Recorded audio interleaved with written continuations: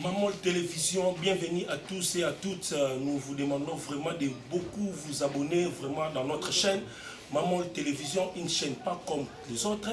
Nous sommes toujours à la chaîne où la chaîne nous édifier l'information à l'air. Alors ça c'est l'émission Actualité RDC présentée par votre humble serviteur Diego Diasonama. Et aujourd'hui je suis passé, je suis toujours accompagné de mon confrère.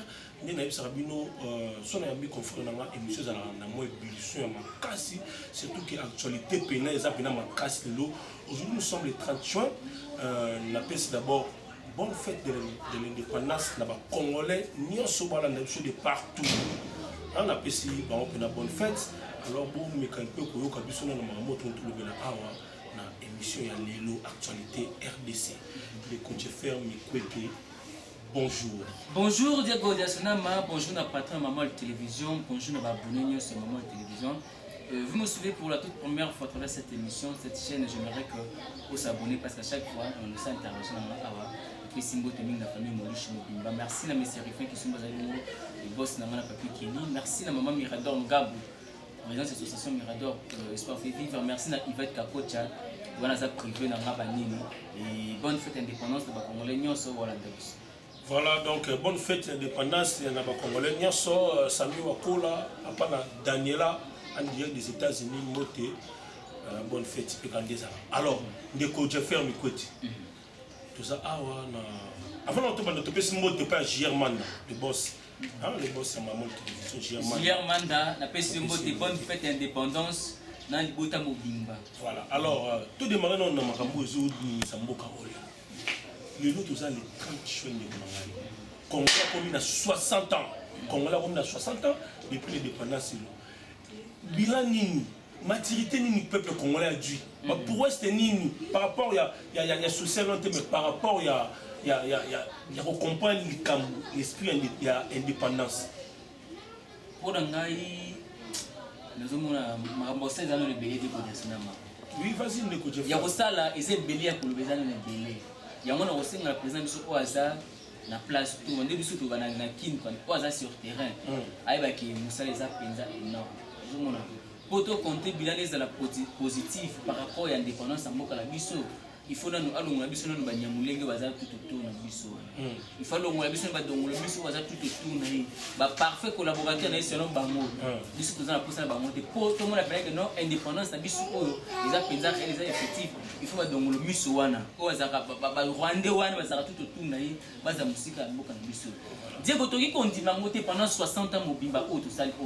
Bilan va Congolais social va Congolais ça toujours rabais. Pendant que Bamboka Missous bazata Missous kaka na 10 ans d'indépendance. Bata Missous na même âge d'indépendance que Bissou bazo émerger. Or nous sommes tous des Africains. Mais Nabi tu te fais. Sur le plan Diego Makamboka peut ça kanda pendant tikanga na loba. Non, sur le plan ressources, elles à la sol tout comme sous-sol. Papa, Bissou to l'équipe bango la musique. Bon, c'est le plan maturité, c'est le plan maturité à Congolais. Maturité oyande ngani mutazana nzala. Balobi les ventes à famille na point d'oreille. Éducation on va dans des notions tant que nazana nzala. Non ça l'émission oyo na paiement na melima eau potable malonga te na lien na nuté depuis la qui li par on a aussi 100 francs, 50 francs le comme 200 francs.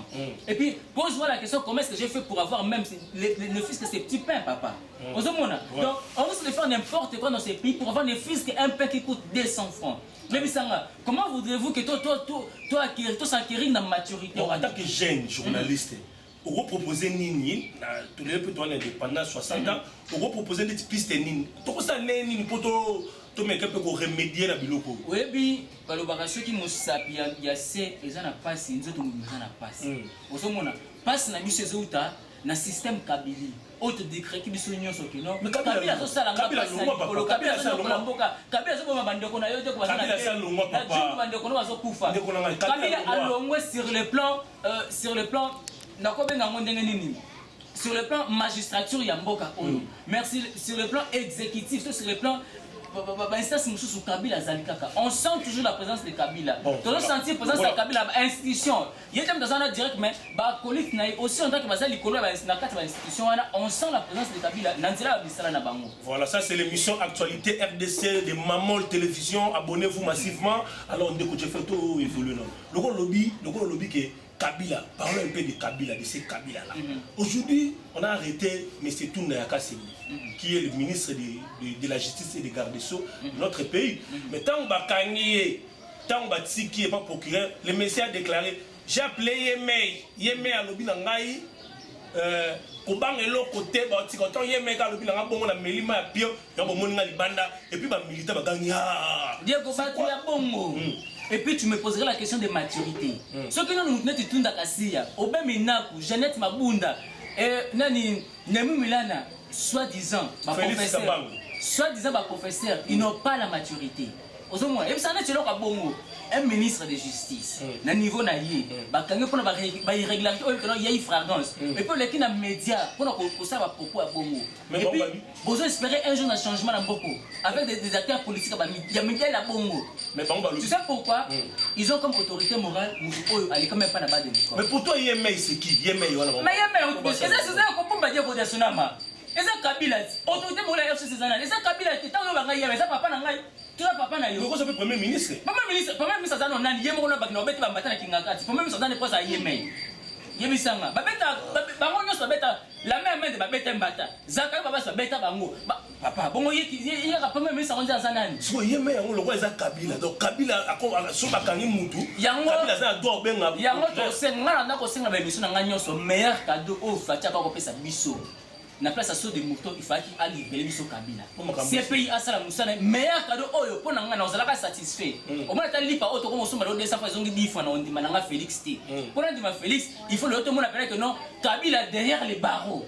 Jean-Pierre Bemba, moi, je suis Bisso Bakangaye. Bon, moi, je suis la nationalité mort du caisse. Bisso Bakangaye, il y a Bisso ni perte na Bisso Zani. Donc, à cause de la Paul Kagame, on a Rwanda pour y passer à Azaso, à ma personne, on a un CP, on a Kabila. C'est fini. Donc, on a dit Awa, Ibrahim Kabila et Awa pour couper court. Avec le temps, ça va tester ADN. Test ADN coûte à combien? $300. Est-ce que Kabila, le niveau, n'a jamais $300 pour 30, action. Donc, aux hommes, donc, Nabisayo, imaginez le niveau de la politique aux Anabam. Imaginez la mort à Oyo. Donc, biso ba Congolais d'origine toi sur moi à dire et comme na Yemei moko boyi. Pour couper pour faire pour asa makambo oyo Ibrahim Kabila do baki. Il y a pas ça Joseph Kabila. Ibrahim Kabila. Bande côté Diego. Qu'est-ce que ça j'ai fait mi côté. Yo za Diego mi côté. Siko. Yem sanga c'est no bon. Pour nous dire maintenant et ngana to ça bana papa moko tout qui l'hôpital. Bien. Siko babiloko yo lobako. J'ai fait tout ya mieux. Na lobaka babiloko oyo ngana nzwaka ngona source. Là, j'ai fait. Et là babiloko na fondaka tande. On va menacer biso. Bandeko, nous sommes vraiment menacés, biso ba jeune oyo. Ne bomo na biso boy ko ça les missions na terrain comme il passe. Nous ka ko analyser awa na ba inviter soit biso na biso ba confrère awa na ba plateau parce que libande comme moi passe. Alors tout ça na ba soutien na bino pineza na numéro to tchaka na siana. Bo soutenir biso kaka na mongo te mais attends moi ba conseil attends moralement bo soutenir biso. Et que ça là moi bien. Alors la poste à soutien financier c'est important de vous. Aux hommes pour nous tout ça là au yoga c'est tamit sur c'est que ba luxanga ba kanganga. Il faut la kimat na kimandeni. Voilà, c'est un soutien financier, mais à taper moral, nous sommes inscrits l'autre. Alors, tout poursuivre une émission, quant à moi, je tiens déjà à saluer la grande équipe qui nous accompagne. Là, je vois Eliezer à la prise de vie et je vois aussi à la réalisation Molotov, réalisateur à solo. Mais sinon, moi, je tiens à préciser une chose, Diego Diafonama. Monica, on fait ça, c'est parce qu'on a que les Congo comme patrie. On ne peut pas toujours continuer à dépendre de Gilles Oman, de Poto, Gilles Oman, de Lombongo, Maman Mirador, de la Lombongo, aux autres qui sont battus de la Otam Soussou, il faut que ce mot compétent vivre na mboka na biso. Ozomona na sepe cop par exemple facilité par exemple $50 $10. Ozomona mama Mirador nga basunga nga pe mingi. Aleta musuki matembele kala. Alepeta musu mbisa okauka kala. Na sepe tamo kolimo ota musu mbisa okauka. Na tindeli pe ya sepeli. Ozomona pourquoi zaka que no euta akali banda ekota akali. On est en gestion ma beto le na deuxième saison biso bandeko ya FCC. Bango bamoni arrestation ya Tunda ya Kasimiza arrestation mo arbitraire pona bango Tunda ya Kasindi azana ba immunité lokola ministre parce que comment est-ce qu'un ministre qui a des immunités nous boye kanye lokola taba lokola lokola Jeffer qui n'a pas de non naza immunité naza journaliste reconnu dans le monde na INPC papa zela nanu amona kamako kabila baosakana bino yango bakangi lokola bakangi bayokanga molotov molotov aza citoyen congolais il a aussi ses droits si c'est sans léser na point moko boye aosisi mpe justice neti motu nyonso ozomona soki mpe asanti ke non soki asanti obe minaku alinga sa eloko moko boye eza à l'encontre ya intérêt na ye aosisi mpe justice ozomona donc justice elo ozopesa biso mpe pasi yango justice aokende kosaisir quelle justice justice ya bacélestin tunda justice ya bakabila justice ya minaku bon ça passe elle a reformulé question peut-être tu as mal compris question na nga nezali ma question est la suivante bango balobi arrestation ya ministre ya garde des Sceaux et ça arrestation non arbitraire parce qu'il n'y a pas pour eux il n'y a pas infraction même s'il y a infraction il n'y a pas flagrance. Il n'y a pas flagrance. Il n'y a pas infraction, c'est une faute administrative. Il y a faute administrative. Tala, au moins les bateaux FCC ils sont malins. Ozomona, tant que ça ne met pas na bango, ba obengango soit erreur moko boye. Oui oui, mais tant moi bango eloko basala ka ba yie bakango, bateau FCC baza bazo bati. Ozomona, si obe mina ko za ki courage ça parenté, si obe mina ko za ki courage de proposer loi wana, ayeba ki soit et osuka boye. Soka soki boyete e koleka po ba mesana kolekisa yango. C'est l'homme source na biso. Obe mina kuna remaniement ozoya faya akoma ministre de justice. OK. C'est pourquoi il s'est préparé les préparé quand ba préparer ki Kabila, il va préparer terrain na bango. Tant on ministre de justice a simé ce bilo wana. Je vous dis nous tendons petit à petit vers l'effectivité des états de droit. Mais là, on a aussi parce que l'adresse hier, non, son plus grand souci, ce n'est pas de voir les méchants périr. Mais pour moi, on va encore changer. Son éminence, le premier citoyen de la République démocratique du Congo, Félix Antoine Tshisekedi Tshilombo. Fati, n'a bien gagné combien de fois? 3 fois. Vous savez, Aza Congolais. Non, je ne vais pas voir les méchants périr. Non, combien de fois le président sont les acquis empoisonnés? À part de combien d'entourage? Donc si on perd de papa Nabiso, papa Miso Jekoko Moulumba.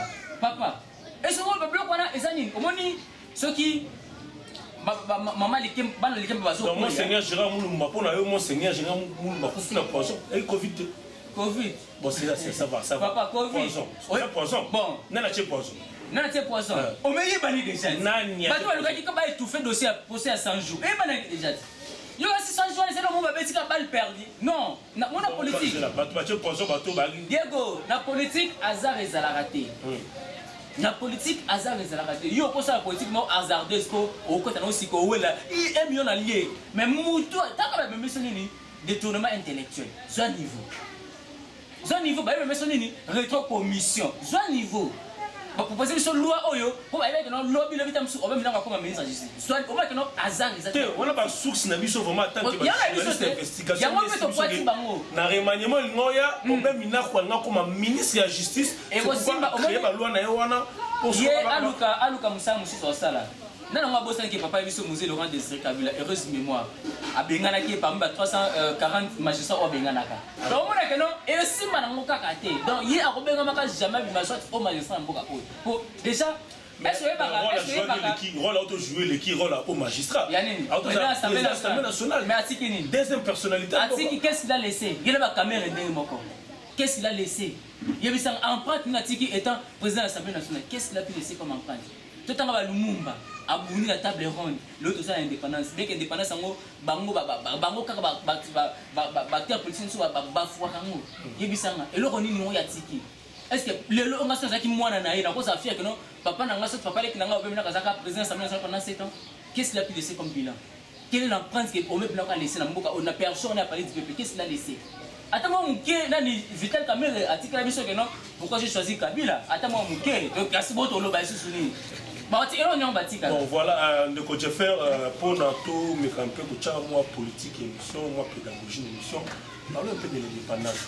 Aujourd'hui, le président de la République a élevé le fait président Joseph Kasavubu, le titre est héros national. Mais pression les amis par rapport à ça. Il y a mon Kakatena, Patrice Emery, le monde a déjà héros national. Il y a un souci à marteler. Il y a comme héros national. C'est une réponse. C'est une réponse on a battu Kabila Oyo, bah utiliser comme jeune sur les réseaux sociaux pour taxer Félix d'être un train rival. Au moment de la Tchémou. Il y a le haut à Mukongo, comme si Mukongo, héros national. Il y a Moulouba.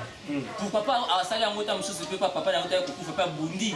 Parce qu'il faut quand même qu'on se le dise. Papa a vu ça, Etienne Tshisekedi Bundi Makasi.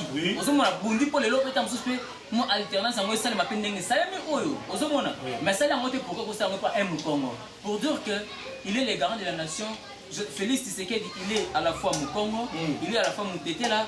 Il est à la fois Moulouba, il est à la fois Mouyanzi, il est à la fois côté de Martin Fayoulou, côté de Batunyoso. Très bien. Pour ne pas dire que non, oh, Aza, non, c'est une réponse. Très bien. Félix a dû agir avec toute sagesse. Mais j'aimerais que Nicolas sagesse soit sur combativité. Voilà. Combativité sur le plan terrain politique. Parce que FCC ils sont vraiment sur le terrain. Donc pour toi, Jeffrey Mikwete, FCC les colo et Félix. Sur le plan tactique de jeu politique. Oui. Papa, qu'on ne se voile pas la face. Qu'on ne se voile pas la face. Sur le plan tactique de jeu, FCC, technicien non pas possible. Il y a ce que j'ai expliqué que les colo à président. Mais non, n'habitez que sur le plan magistrature, sur le plan tactique de jeu na terrain. Papa na nani Kabila koza likola biso. Oh, na ndenge nini? Na terrain. Na ndenge ba stratégie par rapport à la guerre au bazana ngo. Ozomona ke bango ozaka toujours likolo. Donc Kabila reste le maître des jeux. Mais là tu kolba ngo tantôt awa. Kabila aza sous dans magistrature mais aza sikola ba institution mususu auto ça. Yamatila le maître des jeux. Yango sous peut ça tunda ka c'est une raison da bengeye. Mais jusque là il y a bisanga. Tu peux ça répondre non critiquer tunda bengeye mais parce que comprendre qu'il y a un maître des jeux. Et là on a le même là internet tu vas ndanga na micro populaire surtout bande ko Londres. Tout ce sentiment. Bango na Londres.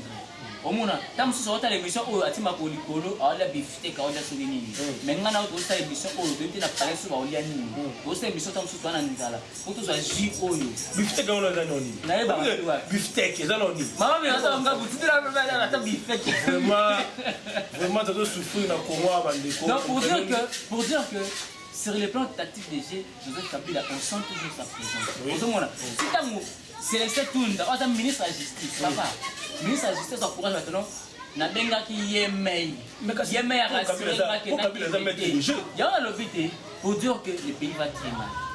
Ozomona papa à l'époque de Kabila c'est là si ça idée nanga si c'était Kabila qui était au pouvoir est-ce que Moutoumoko Boy pouvait prendre le courage il y avait que non na solo na yemei on s'en tous une Félix on a tam sous Etienne Tshisekedi papa mais les gens tant qu'on quitte un plateau. Tu as vu combien de gens qui lient moi la scène politique dans le bus? Tu as vu comment les policiers lient moi la scène? Que devons-nous faire pour éviter qu'il y ait meilleur, pour calmer l'ardeur qu'il y ait meilleur? Très bonne question. Rossetti Mangalobaki, le peuple gagne toujours. Au moment où l'accès qui est hémicycle parler du peuple, les affaires on parler du peuple. Et ça m'a pour défendre l'intérêt de la République. Quand on parle de la République, on voit le peuple. Quand on voit le peuple, on voit le pouvoir que le peuple a. Parce que c'est le peuple qui donne le pouvoir. Au moment où l'accès qui est hémicycle est biso. Au moment où tosanga lisusu koleka tokekinga kati papa Kabila bomi biso lelo te Kabila bomi biso pendant 18 ans tondima journée moko communauté internationale soit mona sikoyo biso tozala ba réseaux sociaux ezala wana to se mobiliser tokenda ta 5000 c'est un appel que je lance tokenda ta 5000 biso nyonso na teni ya pembe pour montrer à toute la communauté internationale que non tu es en paix. Tu as pour ça abima na mboka en paix. Tu as pas beaucoup pamba. Tu aussi bel côté. Akin exil. Il ne sera pas le premier président qui exil. L'exil c'est permis en politique. Akin exil. Ce que ça pour ça la rentrée sur scène politique. Azil nous en 2023. Mais pour le moment atika na nous fati, biso peut traiter fati positif tout comme négatif. Na fait un mandat na azala kimia. Akende. Mbongo azala parti mon ne peut perdre. Chaque député, bambongo na bango ezonga na parti. But oh ya teba mandataire wana babando sanse pas et puis est-ce que Kabila atano nusuka bi altano mbonga batano sur mupandi lui seul a touché combien plus de $670,000 $670,000 et le compter ba cobalt aiba bakuivre ayiba badiamant oyo astoka soki wapi na mboka na Rwanda kuna banini ozomona naza na mboka nanga Paul Kagame akota yokanga na mboka na kuna mukuna azali mpe na mboka naza na prison papa eza kote omoninga moki mwana malombo so bameki bamona ngati ozomona bamukuna d'intimidation. Papa, pas d'intimidation na biso. Biso nous se mobiliser. Tout ça qui fait que ça m'a les 30 jours. On le raté. Tout cas tango tina décembre. Nous sommes na décembre biso nous ndima. Communauté internationale mona biso. Les tout ça le 25 décembre. Biso nous sur direction inde Kingakati. Comme ça, ba Rwanda oya bomana Kingakati. Ba beta biso ça bout portant communauté internationale ça nini. Et puis surtout, est-ce qu'on sort à Kabila après le 25 décembre? Voilà, très bien. Voilà, on a dit coup de gueule, il y a bon mboka Jeffer Mikwete. On a dit bon moko ya bapanzi sango ya monene na kati ya média en ligne ba jeune no bazo vraiment na kati wana. Alors nous ne pouvons pas continuer l'émission na biso boisang pour autant to meka to pesa moi mbote to pesa mbote pas au fait naya. On a dit pour nous responsable du ministère de la foi en Christ. Hein, ça bien na posa na ye. Ba contact na to so benginga ujwa pena professeur pesa maratina téléphone pour ujwa yango vraiment et ça la moi bien. Alors ndeko Jeffer pour to continuer émission na biso. Ndeko Jeffer. Comme on a qui ministre premier ministre plutôt ya mboka na biso. Il a bimi na silence na yende ba na français. Il sort de son voilà, bimi na silence na ye. Aye pona après ça injonction par président de la République. Soki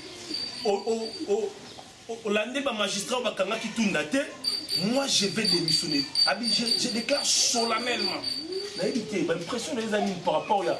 Et puis mutu atangi communiquer à nani. Fallait apporter parce que communiquer ça au nom du gouvernement.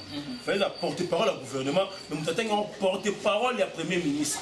Na évité ba impression en tant qu'analyste politique. Yango ozomona na mboka oyo bo vivre dans la fragrance. Ozomona. Donc bango moko ba ko respecter ba loi te. Siko il y a d'autres questions et c'est ngate pour répondre en selon la constitution. Il y a aussi d'autres questions c'est ngate pour répondre en par rapport à la terrain. Ozomona. Na okara ba fatia za rapide sportif. Comprendre? Kabila za sportif, on sait ce que Kabila fait de son sport. Abeta ba tenu sur pays ya beta. Omona, elle l'homme sous pe ministre mo pa le kineti yebisanga ti papa nana ni Ilungamba. Sylvestre Ilungamba, so Ilungamba. So qui fatia ba beta plan, so qui fatia ba beta. Il y a za PP avec ni. On se respecter te. C'est là na bien. Zera, tant Kabila beta ba bango kuna.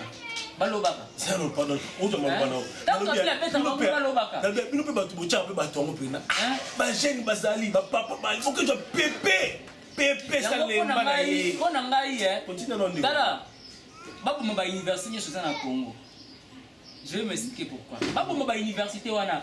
Comment les taux tongeli biso Louvanium, les taux tongeli biso ba INBTP, autonome biso université belé awa. Mais na inilu muta sisi awa na mboka. Aozo musalati avec 5 ans plus moi je suis licencié depuis 14 papa. L'autre en 2020 combien 6 ans. Même quand la cause comme ça, bah tu n'as pas d'expérience professionnelle à 8 ans. Non, na matière ya premier ministre. Pour dire que bah toi c'est pas ça immoral. Neti Sylvestre Ilunga, oko telemi solennellement. On va adresser un message à chef de l'État. Chef de l'État. État. Quand on parle d'un État, on voit toute une république. Donc, Félix Aza président, il y a un silo, il y a un mitou na biso. Félix Aza président na bango. Il y a un zinzo ba pepa boy. Il y a un milimo ba kufu baza na sema. Félix Aza président na bango. Non, c'est le plan physique. Aza président Martin Fayulu, Martin Fayulu benga président élite lelo. Total ba déclaration na bango na. Martin Fayulu Aza citoyen américain. Au moment où nous parlons Martin Fayulu, Aza en Amérique, Aza en États-Unis pour la fin de mboka na confinement, yebisanga. Comment tu peux être un président d'un État au sein de Mboka Moussou, je ne sais pas, par télépathie ou par correspondance. Voilà. Tout sur le président actuellement, j'ai beaucoup de d'estime pour Martin Fayulu par rapport à l'Itina Salara. Pour la Mouka, quand on dit la Mouka, il y a aussi éveil à conscience. Tout la Mouka. Fatih Mouka, ça inclut la carte à la Mouka. Il faut Fatih à la Mouka. Va collaborateur politique, Balingi Yete.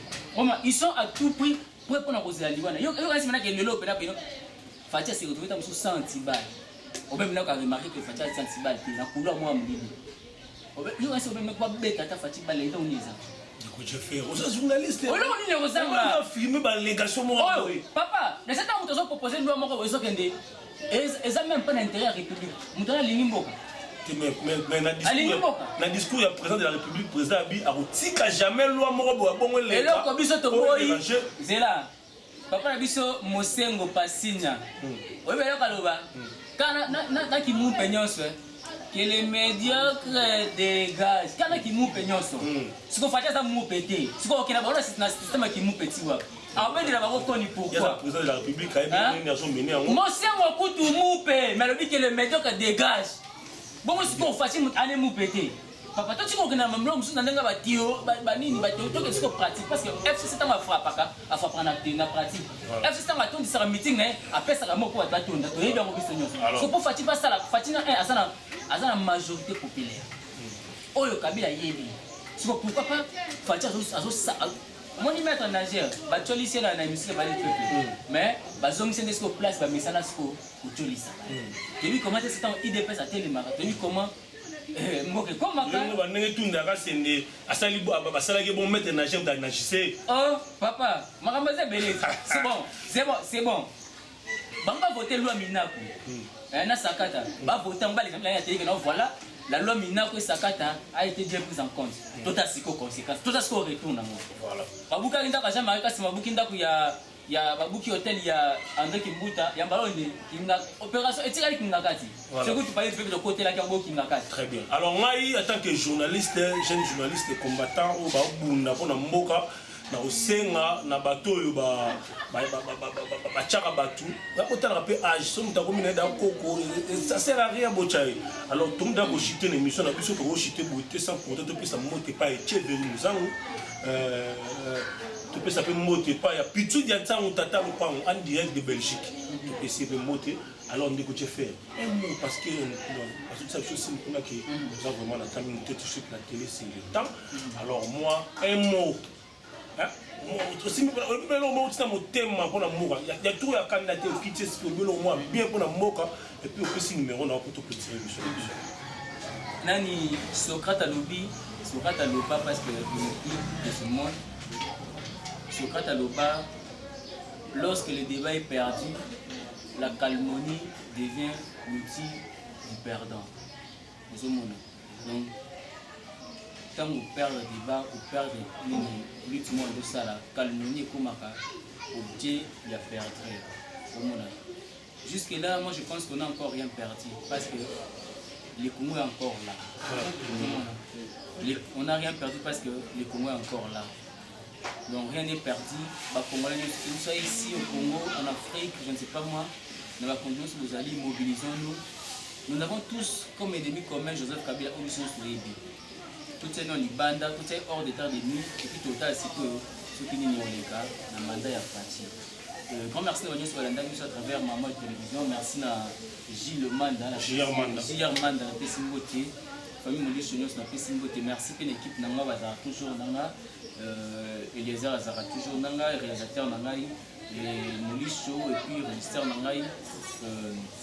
Mike na Pessimboté. Merci à M. Rufin Issombe. Merci à Maman Mirador Ngabou, président de l'association Mirador. Il y a ça privé. Yvette Kakocha silence à privé. Donc on a PC pour votre passe à Zali. Numéro dans les applis 943 85 11 34 717.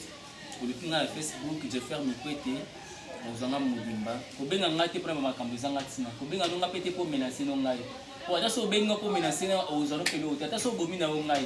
Bouma aussi timbanga. Bouma Thérèse Kapangala. Bouzouani. Congo se continue toujours journaliste nango. Ce que bominga ibaki moi na ngai a hôtel ma au rapta journaliste ninga. Alors c'est déjà la fin de cette émission. Tout aussi ça m'a beaucoup. Si moi t'es pas il y a Chimel Kitoko na Lyon, de Lyon à Paris. Tu peux si moi t'es Igets Magema de Paris. Tu peux si moi en tout cas bon mais un peu comprendre ce que ça va monter boui. Ça va tout va tala la biso pour encourager la biso. Sur bon ligne tu peux ça monter comme la biso ka wana na numéro na tu chaka na sie. Tu peux ça monter. Tu peux si moi t'es pas il y a Sami Wakola papa na Daniela na Samuela. Sans oublier petit chéri. Surtout moi qui s'est mis aux États-Unis, tu vois ça dans la vie Pascal Lyon, le BCBG. Tu vois ça dans la route. Il dit que tout cas, mote la mission qui est pas Bobon Moumi.